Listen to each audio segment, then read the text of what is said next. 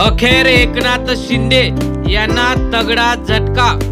शिवसेना असलेलं नाव एकनाथ शिंदेकडून उद्धव ठाकरेंकडे येण्यावर झालंय शिक्कामोर्तब।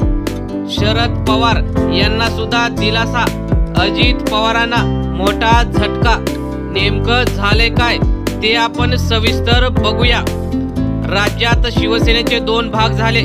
उद्धव ठाकरे यांच्याकडून शिवसेना आणि धनुष्यबाण हे एकनाथ शिंदेंना निवडणूक आयोगाने दिलं असलं तरी लोकसभेत जेव्हा लोकसभा सचिवालयाने एकनाथ शिंदे यांचे 7 खासदार आता लोकसभेला निवडून आले, त्यामध्ये कार्यालय देताना एकनाथ शिंदे यांच्या शिवसेनेचा उल्लेख हा शिंदेची शिवसेना असं केल्याने जे शिंदेचे नेते शिवसेना ही बाळासाहेब ठाकरेंची आमच्याकडे म्हणत आहेत, यावर लोकसभा सचिवालयाने त्यांना शिंदेची शिवसेना आहे असं शिक्कामोर्तब केलेलं आहे। त्यामुळे शिंदेंना शिवसेना ही त्यांच्याकडे जास्त कालावधीसाठी राहू शकणार नाही असंच दिसतं। शिंदेची ती शिवसेना आहे, ठाकरेंची शिवसेना ही ओरिजिनल शिवसेना आहे, यावरही शिक्कामोर्तब झाल्याने शिंदे गटात अस्वस्थता पसरलेली आहे आणि जे सुप्रीम कोर्टात सुनावण्या आणि निवडणूक आयोगात सुनावण्या चालू आहेत, त्यानुसार आता उद्धव ठाकरेंचं पारड